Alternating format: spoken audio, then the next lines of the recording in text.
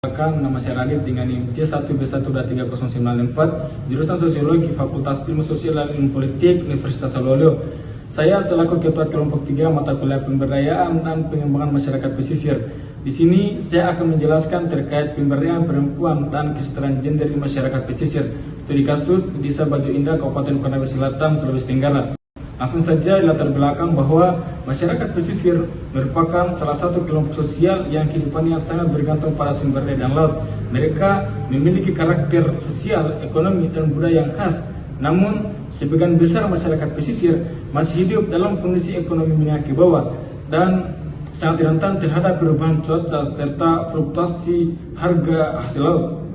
Di balik kehidupan itu, perempuan pesisir berperan penting. Mereka tidak hanya bertanggung jawab terhadap pekerjaan domestik seperti mengurus rumah tangga dan anak-anak, tetapi juga berperan aktif dalam kegiatan ekonomi, mulai membersihkan ikan, menjemur, mengolah ikan asin, hingga menjual hasil laut ke pasar lokal. Sayangnya, peran besar perempuan ini tidak mendapatkan perlakuan yang layak, baik dari sisi ekonomi maupun sosial. Hal ini juga dipengaruhi oleh budaya patriarki yang kuat di masyarakat pesisir, di mana laki-laki dianggap sebagai pengambil keputusan utama, sementara perempuan dianggap sebagai hanya pelengkap.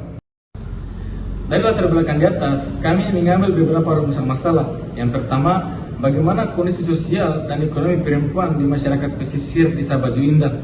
Yang kedua, apa bentuk-bentuk ketimpangan gender yang dihadapi oleh perempuan pesisir di Desa Baju Indah. Yang ketiga, bagaimana strategi pengembangan yang efektif untuk meningkatkan peran dan kapasitas perempuan pesisir dalam pengumpulan keputusan sosial dan ekonomi. Yang keempat, bagaimana peran fasilitator dalam mendukung implementasi program pemberdayaan perempuan di wilayah pesisir. Mungkin saya serahkan kepada teman saya untuk melanjutkan materi. Assalamualaikum warahmatullahi wabarakatuh. Perkenalkan, nama saya Siti Nur Alfat dengan NIM C1B12301. Saya di sini akan melanjutkan materi dari teman saya tadi. Langsung saja ke pembahasan. Pada poin pertama yaitu kondisi sosial dan ekonomi perempuan di Desa Baju Indah.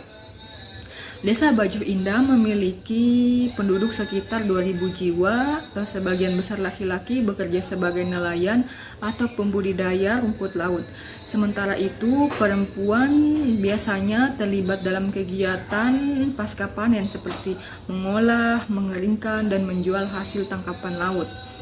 Pendapatan rata-rata keluarga nelayan ini berkisar antara Rp1.000.000 hingga Rp2.500.000 per bulan sesuai dengan musim tangkap atau bergantung pada musim tangkap.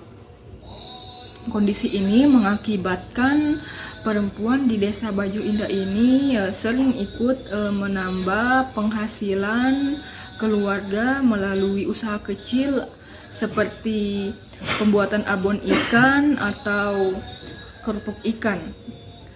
Namun, peran perempuan di Desa Baju Indah ini tidak tercatat secara formal dalam data ekonomi di Desa Baju Indah ini.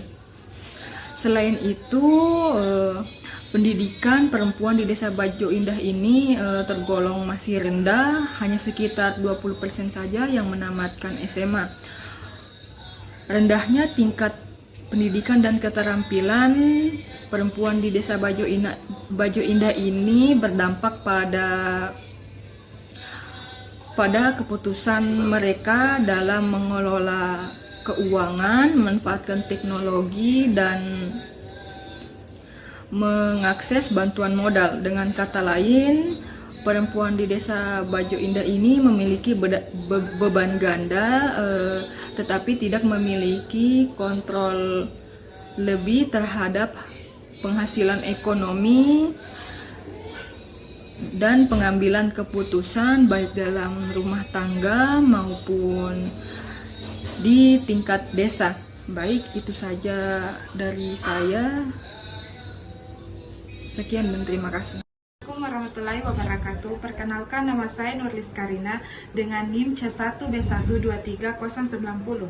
Di sini saya akan menjelaskan materi lanjutan dari teman saya, yaitu pada pembahasan yang poin kedua, di mana bentuk-bentuk ketimpangan gender yang ada di Desa Bajo Indah. Yang pertama, ketimpangan akses ekonomi, di mana perempuan dipersulit dalam pengambilan modal karena tidak memiliki aset pribadi. Kebanyakan aset seperti perahu nelayan atau jaring itu biasanya atas nama laki-laki. Yang kedua, ketimpangan partisipasi sosial, di mana perempuan jarang dilibatkan dalam pengambilan keputusan pada musyawarah rakyat, seperti musyawarah rakyat. Yang ketiga itu ketimpangan pendidikan dan keterampilan. Minimnya ketimpangan keterampilan terhadap perempuan membuat perempuan tidak memiliki keterampilan modern, terutama dalam pemasaran produk dan pemasaran digital. Yang keempat itu ketimpangan norma dan sosial budaya. Adanya budaya patriarki membuat perempuan dipandang bahwa perempuan yang sering berada di luar dianggap tidak pantas atau tidak memiliki adat, lah. Ya. Selanjutnya, materi selanjutannya akan dijelaskan oleh teman saya. Baik, saya akan melanjutkan pembahasan dari rumusan masalah kami. Yang ketiga itu langsung saja, peran fasilitator dalam program pemberdayaan. Dalam pelaksanaan program pemberdayaan, fasilitator memiliki peran yang sangat penting. Peran tersebut antara lain, yang pertama sebagai penghubung, menjembatani komunikasi antara kelompok perempuan, pemerintah desa, dan lembaga pendukung seperti Dinas Perikanan atau UMKM. Yang kedua itu sebagai pendamping teknis, membantu dalam penelitian, perencanaan usaha, hingga pemasaran produk. Yang ketiga itu sebagai penggerak sosial, menumbuhkan kesadaran gender melalui pendekatan budaya agar diterima oleh masyarakat.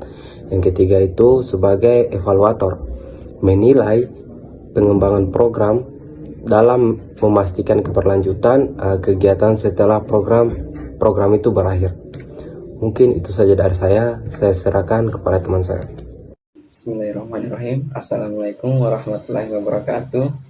Perkenalkan, nama saya Rizwan Azani dengan NIM C1B123095.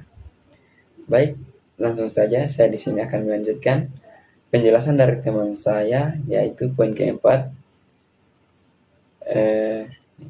yaitu perancangan program. Di mana program ini memiliki nama Sekar Laut atau Sejahtera Bersama Perempuan Laut. Program ini memiliki tujuan juga. Yang pertama, meningkatkan kapasitas ekonomi perempuan pesisir. Yang kedua, mendorong partisipasi perempuan dalam pengambilan keputusan desa. Dan yang ketiga, membentuk kelembagaan ekonomi perempuan atau koperasi dan kelompok usaha. Dan yang keempat yaitu menumbuhkan kesadaran gender dalam masyarakat pesisir. Perencanaan program ini memiliki beberapa rencana kegiatan. Yang pertama yaitu sosialisasi dan pendataan, di mana mengumpulkan data tentang kondisi perempuan di desa dan potensi usaha yang bisa dikembangkan. Yang kedua yaitu pelatihan pengolahan produk laut, di mana pelatihan ini mengajarkan cara membuat produk seperti abon, kerupuk, dan sambal ikan agar bernilai jual lebih tinggi. Yang ketiga yaitu pelatihan keuangan dan digital, di mana pelatihan ini membantu perempuan belajar mengatur uang, usaha, dan memasarkan produk lewat media sosial. Yang keempat yaitu pembentukan koperasi Sekar Laut, membuat wadah agar perempuan bisa bekerja sama, mengelola usaha, dan mendapatkan bantuan modal. Dan yang kelima yaitu pendampingan dan evaluasi, di mana fasilitator terus memantau perkembangan usaha perempuan agar program bisa berjalan berkelanjutan.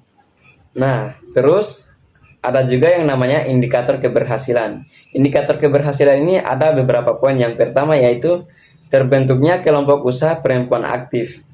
Yang kedua yaitu peningkatan pendapatan peserta minimal 30%. Yang ketiga yaitu perempuan dilibatkan dalam musyawarah desa. Dan yang keempat, produk perempuan memiliki akses ke pasar digital. Mungkin itu saja yang dapat saya sampaikan pada materi ini. Pemaparan materi selanjutnya mungkin akan dilanjutkan teman saya. Sekian, terima kasih. Assalamualaikum warahmatullahi wabarakatuh. Perkenalkan, nama saya Muhammad Rizal dengan NIM C1B123086. Mungkin itu tadi presentasi dari kelompok kami. Saya di sini ingin membacakan kesimpulan dari materi kelompok kami. Kami menyimpulkan bahwa pemberdayaan perempuan pesisir merupakan kunci penting dalam mewujudkan pembangunan yang berkelanjutan dan berkeadilan melalui keterampilan kesadaran gender serta dukungan dari berbagai pihak. Perempuan tidak hanya menjadi pelengkap, tetapi juga menjadi pergerakan utama ekonomi keluarga dan masyarakat. Dengan adanya program seperti Sekar Laut, diharapkan perempuan pesisir di Desa Bajo Indah dapat lebih mandiri, berdaya, dan memiliki peran yang sejajar dengan laki-laki dalam membangun kehidupan sosial dan ekonomi yang lebih baik. Mungkin itu saja. Bila ada salah kata, mohon dimaafkan. Saya tutup dengan ucapan wassalamualaikum warahmatullahi wabarakatuh.